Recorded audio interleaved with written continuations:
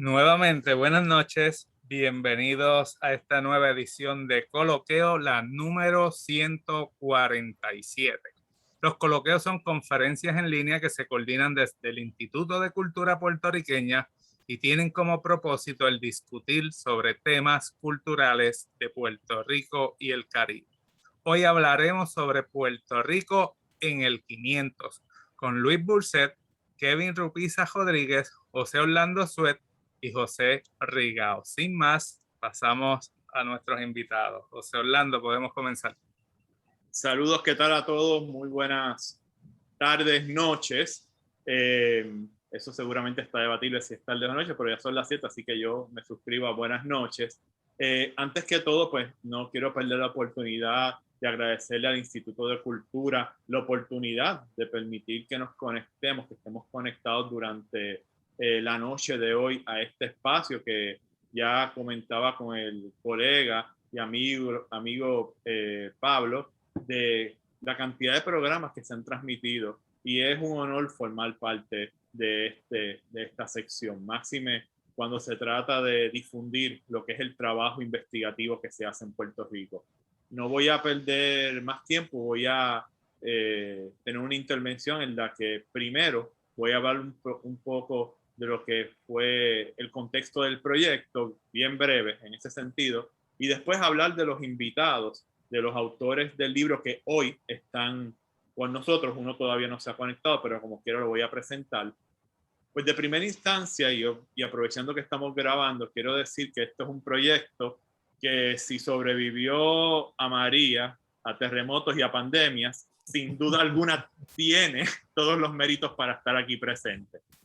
Pero como todo en esta vida no se hace sobre las bases de la nada, siempre hay un artífice, que en este caso es el editor y también autor del libro, el amigo y colega, el doctor Luis Burset, que como bien comentaba ahorita, con una elegancia magistral, el proyecto tuvo que navegar por muchas aguas, tocar muchas puertas, hasta que finalmente llegamos donde los amigos de la editorial del Instituto de Cultura, que le dieron cabida a este trabajo, y no hay mejor espera que aquella que nos permite ver el tiempo que valió la pena, pues el libro sale en el contexto de las celebraciones del 500 aniversario. Este libro sale bajo el sello del Instituto de Cultura y del editorial que presido, que es el colectivo editorial Lucinia. Un proyecto que inició hace 8 años entre colegas y amigos profesores, entre los que se destacan la doctora Lorna Polo Alvarado, el doctor René Rodríguez Ramírez, la doctora Luz Nereida Lebrón Delgado y la doctora Silvia Casillas Oliver, y todos ellos amigos, ¿no? Concentramos en nuestro colectivo editorial en sacar trabajos investigativos. Tampoco le sacamos el cuerpo a ningún poemario, ningún trabajo de creación literaria, pero nos hemos dado cuenta que el terreno más fértil ha estado y las personas que más han llegado a nosotros son personas, pues, investigadores, que con unos trabajos sumamente elaborados, unos trabajos que tomaron prácticamente una vida completa y que no necesariamente ven sus trabajos bien recibidos en el mundo comercial. Pues aquí lo que importa, por lo menos en el contexto de editorial Lucinia, que Lucinia C, colectivo de escritores, es dar fe de que se siga haciendo historia en Puerto Rico, se hace muy buena historia, y un trabajo como este, que es nuestro segundo libro colectivo, vienen ya otros libros más de múltiples autores, en donde se hace un recorrido panorámico por el siglo XVI, que ya muy bien lo podrán explicar el editor y los autores en este trabajo, pues nos da mucha alegría, porque sabemos que hemos traído un trabajo novel, que aunque se ha trabajado de modo disperso, pues este trabajo permite darle una unidad, concentrar en una misma publicación esos textos que nos permitan entender ese siglo XVI, ese siglo que no necesariamente todo el mundo trabaja. Bueno, sin más preámbulos, quisiera presentar a los autores que van a estar con nosotros. Valga aclarar que este libro tiene un total de, me corrige Luis si me equivoco, de 10 autores, 9 autores. 11. 11 autores, cierto, 11 autores. 11 autores y 3 ensayos, cierto. 11 autores y 3 ensayos. Ahí es donde, como hay autores que presentan más de un trabajo, ahí es donde siempre me falla la matemática. Y hoy contamos con 2 de ellos y voy a leer sus datos biográficos. Primero comienzo con el doctor José Rigao Pérez, quien es graduado de la Universidad de Puerto Rico, además de la Escuela de Medicina de Harvard y la Escuela de Salud Pública Johns Hopkins. Sirvió por 25 años como médico epidemiólogo en el Servicio de Salud Pública de los Estados Unidos, en los Centers of Disease Control y los National Institute of Health. A la par, cultivó la investigación histórica con énfasis en la historia de la medicina y sus implicaciones culturales y sociales. Es autor de más de 100 artículos científicos y sus publicaciones históricas incluyen 4 libros, otros tanto como editor y coeditor, y más de 50 artículos y capítulos. De abril del 2018 a abril del 2021 sirvió como director de la Academia Puertorriqueña de la Historia. Su entrenamiento y experiencia le permiten examinar las preocupaciones de salud de nuestra sociedad de varios puntos de vista: médico, especialista en la salud pública e historiador. El otro autor que, si no está con nosotros ahora, espero que próximamente se pueda conectar, es Kevin Rupiza Rodríguez, quien posee un bachillerato en historia y actualmente cursa una maestría en historia con especialidad en historia de Puerto Rico y Latinoamérica colonial, ambos en la Universidad de Puerto Rico, recinto de Río Piedras. Su tesina de bachillerato, la colonia sagrada, la Virgen de Monserrate de Hormigueros y la afirmación nacional puertorriqueña. Examina la relación entre el culto a la advocación mariana, hormigueña y en su santuario, y el desarrollo de un pensamiento cultural, social, político, católico y puertorriqueño. Actualmente se encuentra redactando su tesis de maestría sobre los conventos dominicos en Puerto Rico. Finalmente, Luis Rafael Burset Flores, editor y también autor de este libro que presentamos hoy, tiene un doctorado en Historia de Puerto Rico y el Caribe del Centro de Estudios Avanzados. Hace 40 años trabaja en la industria de la publicidad, mercadeo e investigación de mercadeo, labores que complementa como profesor conferenciante en la Universidad Carlos Albizu y el Centro de Estudios Avanzados. Entre sus publicaciones se destacan La vida en Puerto Rico en el siglo XVI, Diccionario biográfico de residentes del Caribe, 1590-1620, Más allá del Hato Grande de los Delgados, otra mirada a la historia de Caguas, que valga decir que salió por la editorial Lucinia, y Puerto Rico en el 500, trabajo que presentamos durante la noche de hoy. Así que sobre este particular, quiero aclarar lo que ya había comentado, que no están todos los autores por razones obvias. En la antesala de la conversación nos lamentamos, qué pena que no está tal autor, más cual autor, pero pues por lo menos sé que este libro, de esa discusión se desprende que va a dar mucho de qué hablar, y hoy es un inicio de esa conversación que estoy seguro que seguirá por muchos otros momentos. Quisiera entonces darle la palabra al editor, también autor de este libro, el doctor Luis Burset, para que, pues, obviamente hable un poco de este trabajo y el contexto en que se da. Gracias, José. Buenas noches a todos los que nos siguen hoy en Coloqueo. Yo soy seguidor de Coloqueo, así que entiendo lo que es separar un poquito de tiempo para tener acceso a información valiosa o por lo menos de interés a un público que no necesariamente son historiadores, sino que incluye a aficionados de la historia. El proyecto Puerto Rico en el 500 surge hace un par de años. Ese reguerete de títulos que mencionó José Orlando salieron todos en el 2021, pero no era el plan. El plan era que salieran según se habían ido trabajando.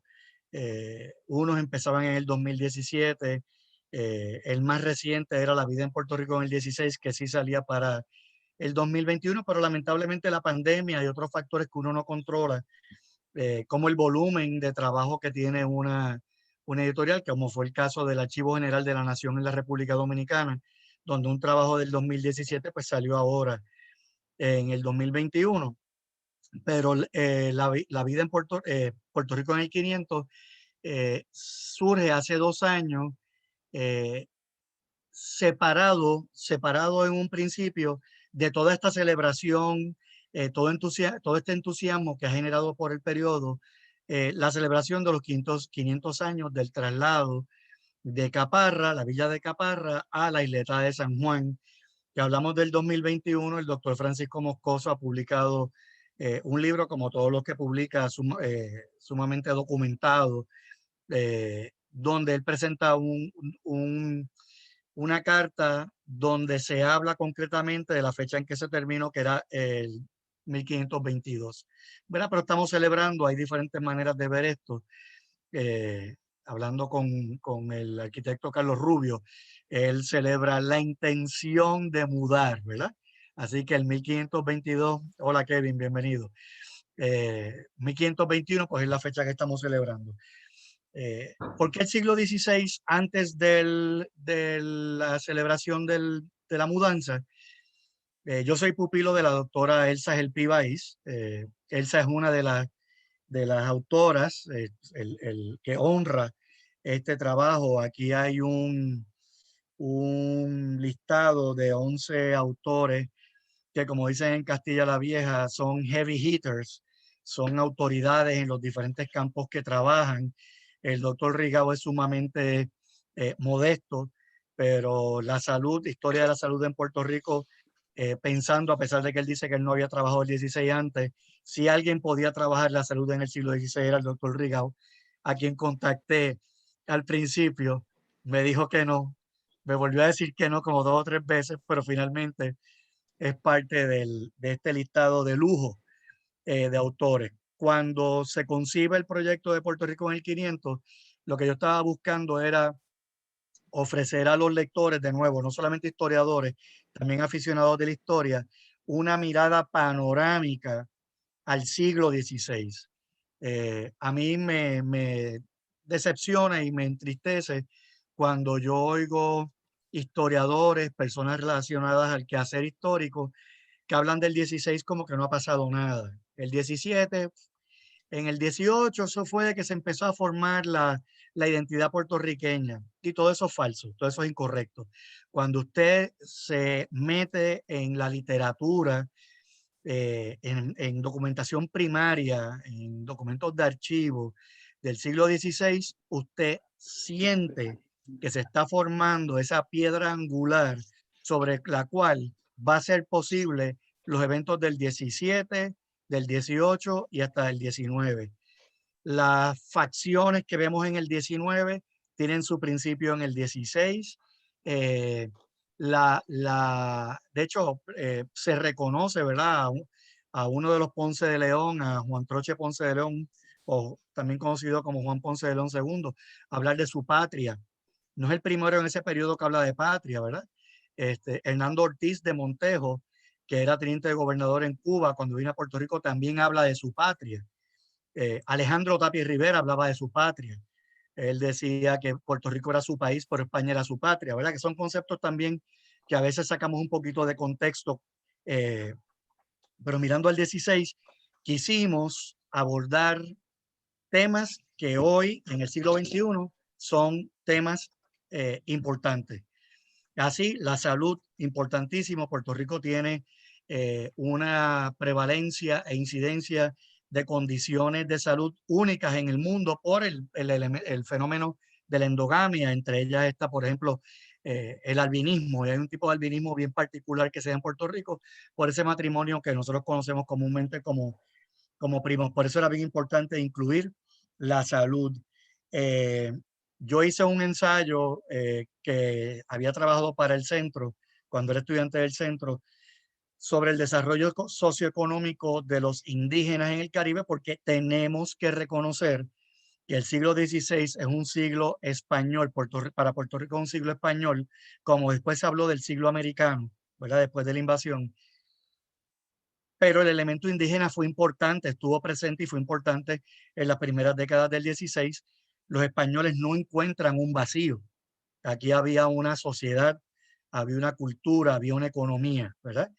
Y ese es el segundo ensayo que se incluye en el trabajo. En el primero yo trabajo una introducción donde trato de amarrar, ¿verdad?, dónde empieza la historia de Puerto Rico. La historia del Puerto Rico inserto en la civilización occidental. Ojo, porque Puerto Rico, a pesar de que no hay documentos, tenía su historia, ¿verdad? La de los pueblos amerindios, a pesar de que no hay registro, más allá de la arqueología, etcétera. Pero si yo voy a mirar el principio de la historia de Puerto Rico, tengo que mirar España. ¿Qué estaba pasando en España? El fenómeno del conquistador, y todo eso se aborda en el primer ensayo. En el tercer ensayo, tocamos el tema de la encomienda, porque la encomienda fue sumamente importante para que los españoles, que fueron conquistadores en un inicio y mineros después, echaran raíces, ¿verdad? Porque con el trabajo de otro, del indígena, ellos generaban riqueza, y ese trabajo nos lo hizo el doctor Gabriel de la Luz Rodríguez, que es profesor de la Universidad de Puerto Rico, que no está aquí con nosotros hoy entre el grupo, pero hizo un trabajo muy completo. Una de las grandes autoridades vivas, que yo le digo uno de los decanos, ¿verdad? Y para mí, que me perdonen, Jalil Suez Vadillo, Francisco Moscoso y Elsa Gelpi, son estos los tres pilares del 16. Me perdonan si no mencioné a alguien que esperaba ser mencionado. Jalil nos trabajó un ensayo bien interesante sobre los mineros, porque recuerden que España no le presta atención a Puerto Rico desde que se descubre en el 93 hasta el 1508. ¿Por qué llama la atención el 1508? Porque había oro. Y los taínos le decían a los españoles, yo no sé si era para quitárselos de encima, hacia el este hay oro, hacia el este hay oro. Y Jalil tiene un trabajo muy completo sobre los mineros. De hecho, el trabajo de Jalil Suez Vadillo, el Dorado Borincano, es uno de los trabajos medulares para entender la historia no solamente de Puerto Rico, sino del Caribe español del siglo XVI. Y yo comparto esta anécdota cuando yo conocí a Frank Moya Pons, que es uno de los autores de este trabajo. Frank Moya Pons era en ese momento presidente de la Academia Dominicana de la Historia. Y cuando estamos hablando de Puerto Rico, él tenía en sus manos el libro El Dorado Borincano. Y él me dijo, yo tengo este libro en mi mesa de noche y yo lo consulto. Lo que no me dijo es que él estaba trabajando un libro de la historia del oro en la española, y para él una referencia inevitable era el trabajo de Jalil Suez. Así que contamos, ¿verdad?, con esa participación estelar de Jalil, que no nos hizo uno, nos escribió dos ensayos. Aparte de los mineros, nos escribió sobre el rol del negro en la formación de la sociedad puertorriqueña del periodo. Francisco Moscoso es un historiador del cual yo estuve detrás por muchos años cuando yo fui editor de la revista de la Sociedad Puertorriqueña de Genealogía. Me acuerdo cuando lo conocí, me dijo, yo he aprendido a decir que no, porque le pedían trabajo y él decía que no. Para este trabajo me dijo que sí. Afortunadamente, escribió un trabajo sobre los artesanos. De hecho, encontró tanta documentación y desarrolló tanto sus relatos que me mandó un ensayo de 40 páginas que no podíamos aguantar. De hecho, mi introducción llegó a 40 páginas. Yo la convertí en otro proyecto. Así que el profesor redujo a 10 páginas y entiendo que está trabajando en una publicación independiente, pero el trabajo cuenta con, dentro de esa mirada panorámica, el rol de los artesanos, que incluye albañiles, carpinteros, que hicieron posible esas construcciones que hoy son parte de lo que llaman, no sé si es cultura edificada, etcétera. El doctor José Rigao, de nuevo, después de muchos intentos, nos escribió sobre los primeros profesionales de la salud, enfocado en el periodo 1512 a 1544. Ya él va a presentar y va a hablar un poquito de su ensayo. La doctora Gelpi Baiz, que trabaja mucho historia social, historia de la familia, escribió un ensayo sobre el papel de la mujer en la configuración de los círculos de poder. Habla de la dote, habla de los matrimonios, incluye una genealogía descendente del adelantado Juan Ponce de León, y cómo las mujeres de esa familia fueron utilizadas por otras familias que ya fueran parte de las élites o querían pertenecer a ellas para entrar en ese grupo de escogidos. Kevin Rupizá, que se unió y está aquí con nosotros, fue recomendado por Francisco Moscoso. Él es estudiante de Moscoso. Moscoso me lo recomendó. Yo quería alguien que hablara sobre la cristianización, el proceso de cristianización. Cuando yo repaso la historiografía sobre el tema, vamos a los extremos, ¿verdad? Tenemos las hagiografías, hablando de la maravilla y los obispos, y las demonizaciones, donde pues, Manso era un demonio y tenía esclavos y robaba. Kevin trabajó un ensayo que yo entiendo está bien balanceado, incluye ambos aspectos, ¿verdad? Que el lector sea entonces quien tome la decisión de para qué lado se va a tirar. Frank Moya Pons, que fue el lector de mi tesis doctoral, compartió con nosotros un trabajo que ya él había presentado en la Interamericana hacía muchos años, que se titula ¿Cómo comenzó Puerto Rico? Intercambios comerciales entre las islas españolas y San Juan.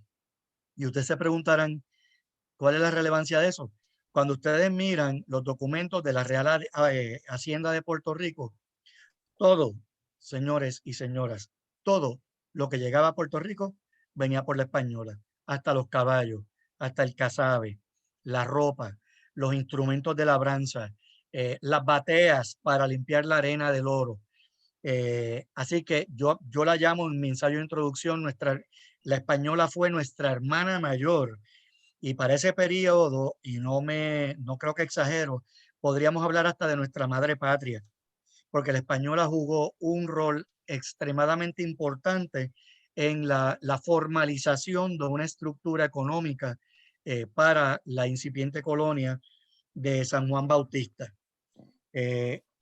Milagro Flores, a quien yo había conocido en una presentación de su libro sobre el ataque inglés del 1797, nos escribió sobre el sistema de defensa. Todos estamos muy orgullosos del Morro y San Cristóbal, etcétera. Ella lo puso todo en el contexto de la función de esas fortificaciones en el imperio, ¿verdad? Ese imperio en el que se convirtió España queriendo o sin querer. Esteban Miracaballos es quizás en Puerto Rico el historiador menos conocido de los que tenemos en el listado. Él es un historiador español, concretamente él es natural de Carmona, en uno de las provincias de Sevilla. Yo lo conocí había leído sus libros. Él es miembro de la Academia Dominicana de la Historia, a pesar de que es español. Lo conocí en un congreso de historia del siglo XVII en Santo Domingo y nos escribió sobre el sistema naval de flotas. Todos sabemos que el contrabando tiene entre uno de sus antecedentes el sistema de flotas que limita la cantidad de barcos que van a llegar a Puerto Rico, y Esteban Miracaballos hace un extraordinario trabajo explicando de manera muy sencilla cómo funcionaba el sistema de flotas. Y por último, no lo podíamos dejar, la doctora Lisette Cabrera nos hizo un trabajo sobre las primeras manifestaciones artísticas en San Juan. Quiero destacar que es el único ensayo que incluye imágenes, no había de otra. Yo tuve que torcer el brazo a José Orlando un par de veces para que revisara la cotización y nos permitiera poner algunas láminas en colores, se pudieron incluir algunas, que fue la petición que la doctora Cabrera nos había hecho al principio. Y con esos 13 temas presentamos este libro de Puerto Rico en el 500. José, ¿qué más quieres? ¿Quieres tomarlo aquí o quieres seguir? Pues mira, hay una particularidad que me gustaría que hablaras, porque obviamente es inevitable que me quite el sombrero de editor. Y yo recuerdo entre los debates que tuvieron lugar, y los que suelen tener lugar siempre en los libros, no, que si se hubiera escrito de esto, no, también fue necesario haber escrito otro. Yo sé de todos los esfuerzos tuyos porque se incluyeran otros temas, se trabajaran otros ensayos, y consciente de que tienes eso meridianamente fresco en la memoria, me gustaría que mencionaras algo de eso. de los ensayos que no llegaron al, perdón, estamos en Guaynabo, que es la antigua Caparra que está llena de mosquitos, me disculpan. ¿Quieres que hable de los ensayos que no llegaron al, o qué quieres que hable concretamente, José? Eso mismo de Discúlpame. los ensayos que no llegaron, que a fin de cuentas sigue siendo eso. Temas que tú querías que formaran parte de un libro que hablara de Puerto Rico en el 500 y que a lo mejor después que la gente ve este libro y se entusiasma y Puerto Rico en el 500 parte 2, no sé. Te lo dije que no me podía quitar el sombrero de editor. Bueno, pues fantástico. ¿Cuáles son los issues más grandes que enfrenta Puerto Rico en el siglo XXI? Salud, educación, trabajo. En Puerto Rico, la tasa de participación laboral, quiere decir qué por ciento de las personas que están capacitadas para trabajar y lo hacen es de apenas 40%, ¿verdad? Hay 3 de cada 5 adultos mayores de 16 años que podrían trabajar que no lo hacen, ¿verdad? Yo quería incluir esos temas para ver y tratar de identificar de alguna manera orígenes, raíces, etcétera. No encontré a nadie que me trabajara concretamente educación. Sin embargo, en la otra publicación aparte, y me perdona que esté anunciando la de Puerto Rico, la vida en Puerto Rico en el siglo XVI, sí dedico algunas páginas a la educación. Yo miré un libro que existe, creo que es del siglo, no sé si es del principio del siglo XX o es de Bravo o Colitoste, de uno de ellos, sobre la educación en Puerto Rico, historia de la educación en Puerto Rico. Y hay datos bien interesantes de la educación en Puerto Rico en el 16 que se daba en las catedrales y los monasterios. De hecho, Aurelio Tío reclama, yo no he encontrado sustento para ese reclamo, a pesar de que él hace referencia a una cédula, de que Puerto Rico tuvo una universidad antes que Santo Domingo. La Universidad de Santo Domingo estaba en el convento de los dominicos, ¿verdad? Yo en mi ensayo, ese ensayo en particular, miro la documentación, sí se formaban religiosos en el convento de los dominicos y en la catedral, sí se mandaban a los hijos de los vecinos principales a estudiar gramática, pero universidad, no sé. Así que universidad, trabajo, cultura de trabajo, ese tipo de cosas, no lo incluí. Pero lo que sí se incluyó, yo creo que hace más que meritorio la adquisición del libro, tenerlo en tu biblioteca como material obligado de referencia. No, sí, los libros tienen un principio y un final y si uno no tiene esa disciplina no acaba. Pero quería que esto estuviera para el récord histórico porque yo sé de muchos de esos esfuerzos que tú hiciste porque se incluían otros ensayos. Pero ahora, aprovechando la presencia de los autores que están aquí acompañándonos con nosotros, quisiera darle la palabra al doctor Rigau para que nos aborde un poco sobre su trabajo que aparece en el libro Puerto Rico en el 500. Doctor, tiene la palabra. Muchas gracias. ¿Me oyen? Sí. Muchas gracias, buenas noches. Muchas gracias al Instituto de Cultura por auspiciar esta conversación y auspiciar el libro. Muchas gracias al doctor Burset por invitarme a la sesión y por invitarme a participar en el libro. Como dijo él, yo no me negué inicialmente por hacerme el difícil. Es que mis investigaciones en historia de la salud de Puerto Rico apenas habían tocado el siglo XVI. Hay que quitarse el sombrero con la gente que trabaja el siglo XVI desde los archivos, porque la escritura es radicalmente diferente a la escritura actual. Es algo que se llama letra procesal, que se parece más a la taquigrafía que usaban las secretarias que tomaban dictado. No es que sea una letra difícil, ni letra de médico, ni que escribieran las letras de manera diferente. Es que están todas, es una serie de abreviaturas que están todas unidas y hay que especializarse leyendo eso. Y yo nunca lo había hecho. Pero como decía López de Vega, los trabajos obligan a lo que el hombre no piensa. Con la celebración de los 500 años de San Juan y en mi rol hace unos años de presidente de la Academia Puertorriqueña de la Historia, pues no me quedaba más que enterarme en sumo detalle de cómo habían sido el razonamiento, el proceso de la mudanza de la ciudad, porque la Academia auspició actividades al respecto y yo tenía que estar enterado de eso. Y claro, yo sabía más o menos el cuento de que se mudaron por el comercio, de que Caparra tenía mucho mosquito, de que era un sitio insalubre, y por ahí entonces mordí el anzuelo, porque ya yo quise saber a cuenta de que esta gente decía que esto era un sitio insalubre. Yo no vivo en Guaynabo, pero vivo del otro lado de la quebrada, así que estamos en territorio de Caparra. ¿Y quién dijo que San Juan era más saludable de Caparra? Porque los testimonios de los vecinos dicen que los médicos decían que aquello era mucho más salubre. Así que no voy a hacer todo el cuento del asunto. A fin de cuentas, hay un médico, un licenciado Becerra, que sí fue a la isleta breve tiempo y dijo que aquello era mejor. Pero lo que yo encontré, y por ahí entonces quise buscar qué otros médicos, qué otras personas hubieran podido dar un dictamen profesional respecto al ambiente salubre. Pues muy para mi sorpresa encontré muchísima más gente de lo que los libros de hace varias décadas mencionaban. Y para no alargar más la cosa, pues eso de que la opinión de los médicos, pues no fue que muchos médicos fueron a San Juan a decidir si aquello era bueno. Era que la profesión médica, siguiendo a Hipócrates, dice que donde soplan los vientos del este son poblaciones donde la gente es más inteligente, crecen mejor los niños, y por supuesto con los vientos alisios que cruzan San Juan, eso era obvio. Pero resulta que no había solo médicos, había cirujanos, barberos y muchos boticarios.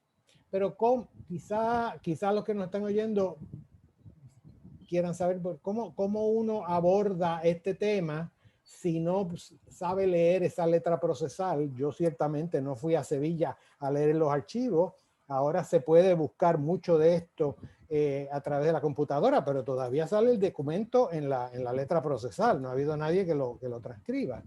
Y resulta que en Puerto Rico, gracias en mucha parte al Instituto de Cultura de Puerto Rico, puertorriqueña, el Instituto de Cultura puertorriqueña que publicó, y la Universidad de Puerto Rico que también publicaron, hay una serie de cedularios, de compilaciones de cédulas, es decir, de cartas del rey ordenando que se hagan cosas en Puerto Rico y Santo Domingo.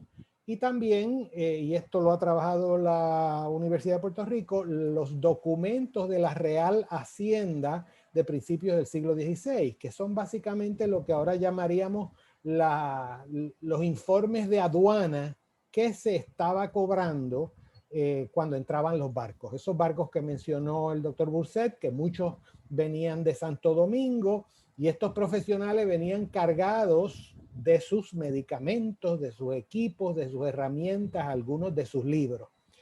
Y lo otro es que estos libros no solo están en letras de imprenta, sino que también tienen índice de nombres que lo hacen sumamente accesible a un historiador como yo que no tenía experiencia trabajando los documentos del siglo XVI.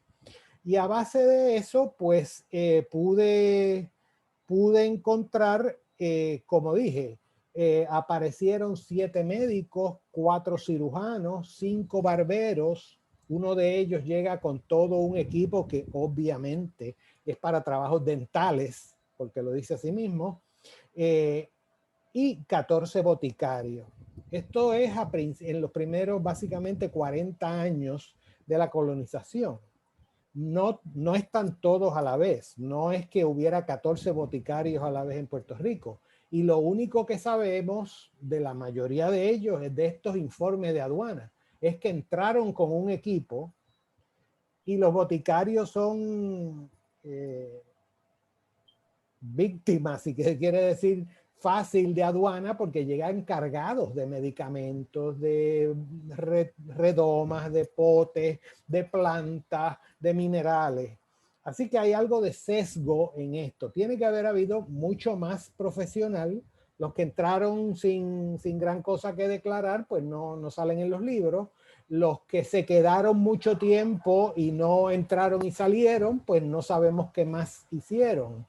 Algunos de esos documentos de Hacienda son pagos por tratamiento médico y está evidenciado algunos de estos médicos o cirujanos o barberos que se les paga por dar tratamiento a indios, a aborígenes puertorriqueños que están en la hacienda del Toa, que se han herido, que han recibido heridas, que tienen algún tipo de enfermedad. Así que de la poca información que había sobre este tipo de profesional en libros como los de Salvador Brau, la colonización de Puerto Rico, la historia de la medicina y cirugía en Puerto Rico del doctor Quevedo Báez, las historias del doctor Arana Soto, que sobre todo Quevedo Báez y Arana Soto en la mentalidad de aquellos años enfocaban quién fue el primero. Pero a mí, más que averiguar quién fue el primero, que quizá nunca lo vamos a saber si no dejó evidencia documental, yo quería saber qué hicieron y quiénes más estuvieron aquí y a qué se dedicaron. Así que sale este número de personas, hay poca información de cada uno de ellos.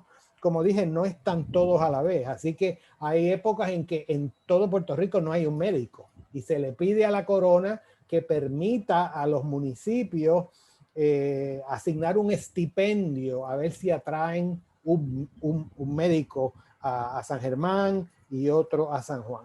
Lo que también es bien evidente es que estos médicos, estos profesionales sanitarios, porque no solo son médicos cirujanos, barberos, boticarios, combinaban lo que podríamos llamar la práctica profesional con las prácticas mercantiles. Esta gente están comprando y vendiendo no solo medicamentos, sino esclavos aborígenes, esclavos negros, fanegas de casabe, caballos, herramientas, perlas que están declarando en aduana. Así que como los hacendados después del siglo XIX que tenían su hacienda, perdón, los médicos hacendados que eran médicos pero también tenían sus haciendas, este grupo profesional combina ese tipo de actividades. De nuevo, los que podemos detectar a través de estos documentos tenían que ser gente que tuviera transacciones mercantiles o no iban a salir apuntados en los documentos. Pero nos da una idea de que hay de la manera en que se practica las prácticas en que se llevan a cabo las prácticas curativas y la poca gente que probablemente había en esa época. Así que básicamente eso es el contenido del artículo, claro, con mucho más detalle, porque de alguna de la gente que se decía que había sido el primero, no aparece ninguna documentación después de algo que pasa en España. Así que no se sabe si llegaron a Puerto Rico. Hay otros que son los que yo llamo espontáneos, no eran gente que estaban aquí, pero hay el caso de un barbero de un barco que vende queso, pero también atiende gente. Y eso me parece que le da riqueza a la descripción de la vida de un ambiente que tiene que haber sido para todo el que estaba en Puerto Rico. Yo creo que era un ambiente extraño, porque para los aborígenes su cultura, lo que sabían de cómo se vivía, había desaparecido. Para los españoles obviamente era un lugar nuevo, y para los esclavos que traían a la fuerza de África era también sitio extraño. Así que esta mezcla de esas poblaciones, esta elaboración de día a día de lo que sería esa cultura, como dijo Luis, es un siglo en que están pasando muchas cosas. Así que estoy muy agradecido de poder participar en el libro, porque me dio oportunidad de presentar esto, pero también en compañía de los otros autores. Bien, puedo decir que milimétricamente hablando cumplió con los 10 minutos exactos. Así que muchísimas gracias. Aquí el investigador, el compañero Kevin Rupiza, tiene tremenda competencia en ese aspecto. Pero pues le damos la palabra al compañero investigador para que hable sobre su trabajo. Adelante.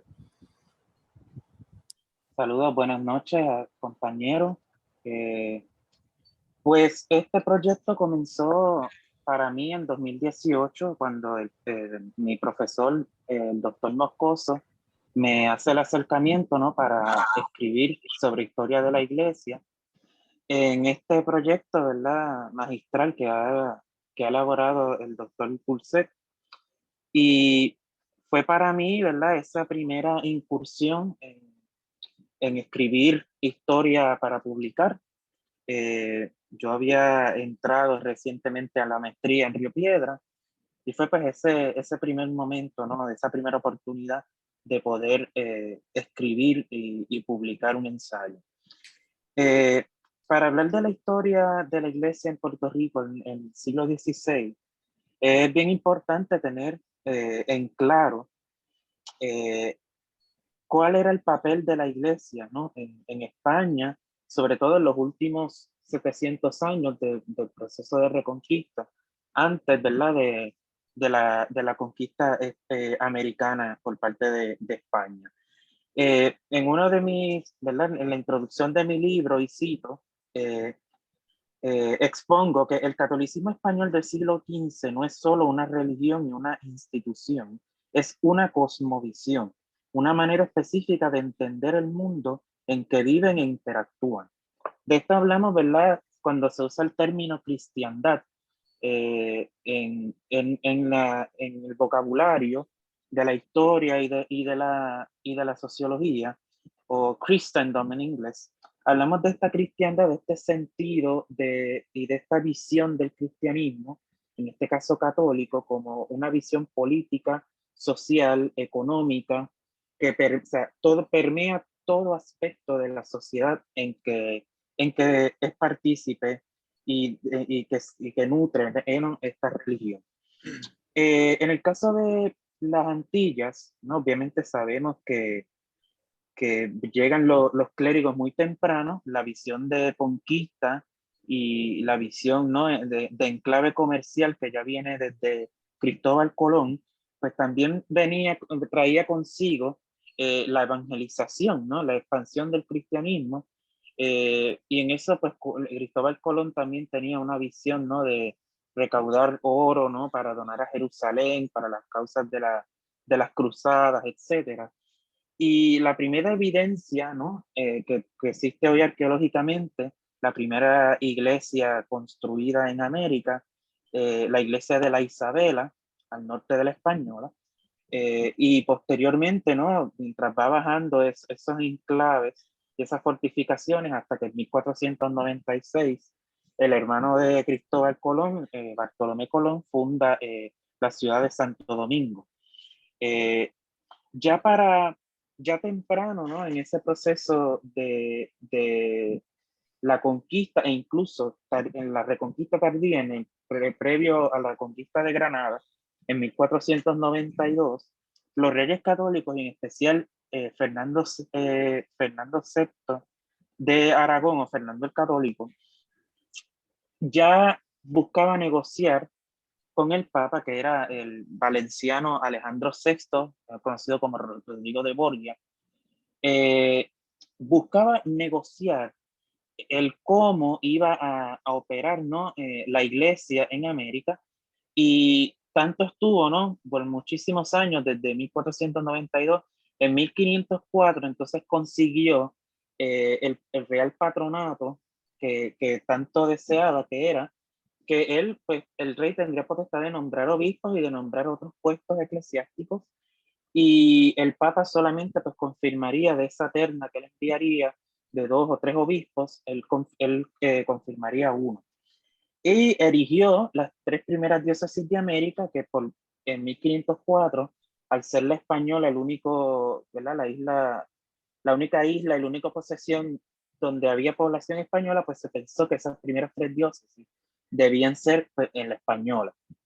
Sin embargo, el proceso se retrasó y fue hasta 1508, donde, hasta 1511, debo decir, el 8 de julio de 1511, cuando entonces el Papa Alejandro VI y el rey deciden, ¿no? Entonces el Papa erige las 3 diócesis primeras de América, que son Santo Domingo de Guzmán, al sur de la Española, la capital, Concepción de la Vega, también en la Española, en el centro, donde hoy día está la región del Cibao, y en la isla de Puerto Rico, ¿verdad? 3 años después de la entrada de Juan Ponce de León, pues la diócesis de San Juan de Puerto Rico.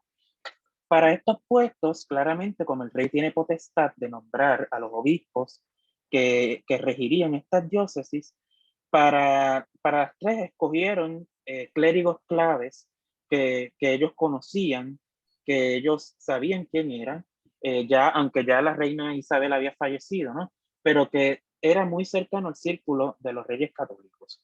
En el caso de San Juan de Puerto Rico, nombran a don Alonso Manso, quien era natural de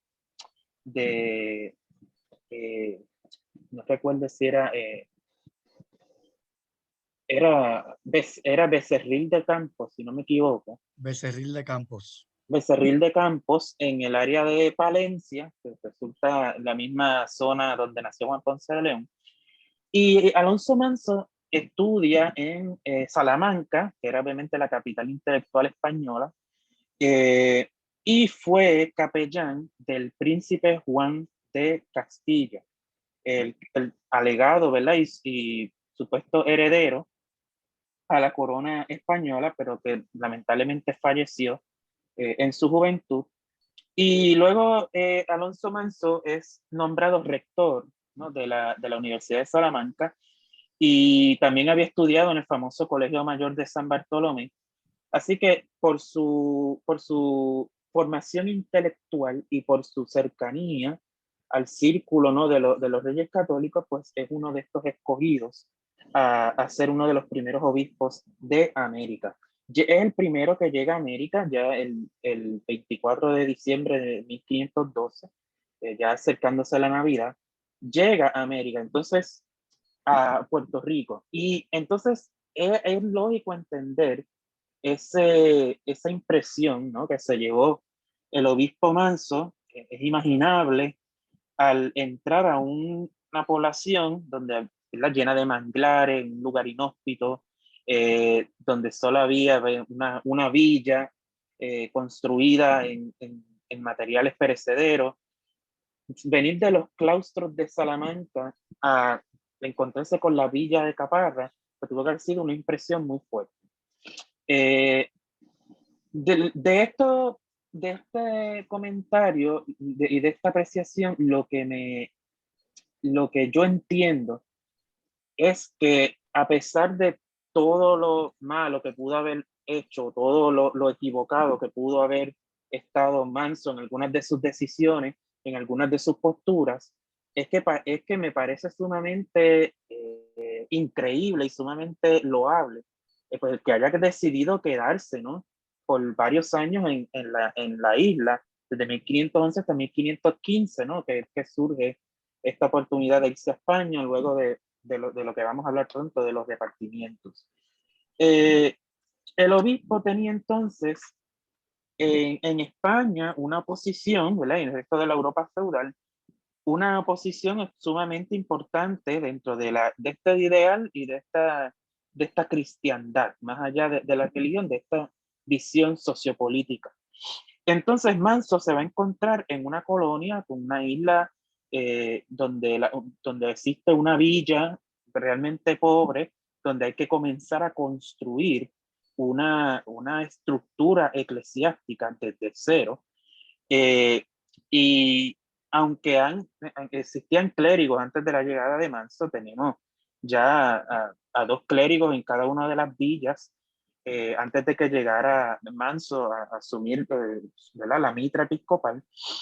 Pero es Manso quien organiza, ¿no? esa diócesis desde 1511 hasta 1539 que fallece.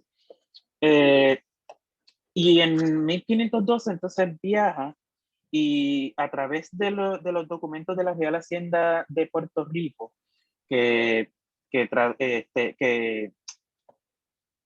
transcribió, ¿no? el doctor Aurelio Tanodi, dice que él traía su pontifical, que es la vestimenta completa, ¿no? del obispo, su mitra, su casulla, su báculo, la cruz pectoral que le corresponde a los obispos, 2 capas de oro, subbonetes, que eran unos sombreros que se usaban en la época, ¿verdad? En el siglo XVI y hasta he entrado el siglo XX también. Una capa pluvial, que es la que se utiliza para la liturgia de las horas y para las vísperas, ¿no? Que es la que se conecta, ¿no? Una capa que se conecta aquí con 2 botones de oro. Y también trajo libros como un libro de Salustio, que era un historiador romano, y otro de Virgilio.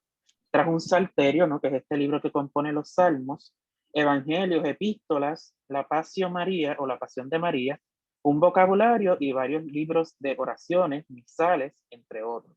También trajo ceras, cirios, candeleros y libros misales. Compañero, un minutito porque sé que el tiempo del ICP con los coloquios es controlado, quizás para resumir en 1 o 2 minutos, y disculpa, hoy me tocó el rol del malo de la película. No hay ningún problema. Y además de todo esto que hizo Manso, ¿no? A través de todo este tiempo de organizar su diócesis, pues participó en la encomienda, tuvo indios encomendados. La iglesia en sí misma, no el obispo, tuvo indios encomendados. Los dominicos en su monasterio tuvieron indios encomendados. Y posteriormente, cuando cae, ¿no? La población indígena debido a la epidemia de viruela de 1519 al 20, pues entonces se empieza a recurrir más, lamentablemente, a las personas africanas esclavizadas, y el obispo también se destacó como esclavista.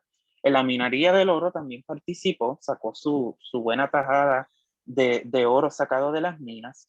Entonces, en este aspecto, a la hora de juzgar, ¿no? A la hora de juzgar, como veríamos hoy, ¿verdad? A la luz de los derechos humanos y de todo lo que, ¿verdad? Tenemos, pues tenemos que decir, pues la iglesia sí y el obispo sí se beneficiaron de sistemas de trabajo que hoy consideramos injustos y de hecho lo eran. Pero también fue una labor titánica levantar una iglesia, una diócesis desde cero y tener una estructura organizada ya a la llegada del segundo obispo, Rodrigo de Bastidas. Sobre los dominicos, que ese es mi tema de tesis, los dominicos fueron bastante vocales en el denunciamiento, ¿no? De las injusticias, y el Sermón de Montesinos, que incluyo en mi capítulo, es una obra maestra, ¿no? De esa denuncia contra la encomienda y la injusticia en contra de los indígenas. También, ¿verdad? Tuvo su eco en Puerto Rico, y naturalmente las devociones marianas, la Virgen de Belén, que el doctor Miguel Norbert Ugarri es un experto en eso, la Virgen de Monserrate, que trabajo yo en mi tesina de bachillerato, en Hormigueros, y otras múltiples advocaciones marianas y santos como San Germán, San Patricio, que fueron entonces adentrándose en esa cultura, ¿no? De estos primeros españoles e hispano-boricuas, ¿no? Del siglo XVI, que van formando una identidad católica e hispana, como propone el doctor Bulls. Muchísimas gracias al compañero y a todas las personas que estuvieron hoy en la noche de hoy. Obviamente, quizás lo que primero debía haber dicho es lo que voy a decir a lo último. ¿Dónde se consigue el libro? Pues el libro actualmente se consigue en la tienda del Instituto de Cultura. También los amigos de Casa Norberto y de Librerías Laberinto en el Viejo San Juan cuentan con el libro. Sé que en otras librerías también ha llegado de un modo u otro.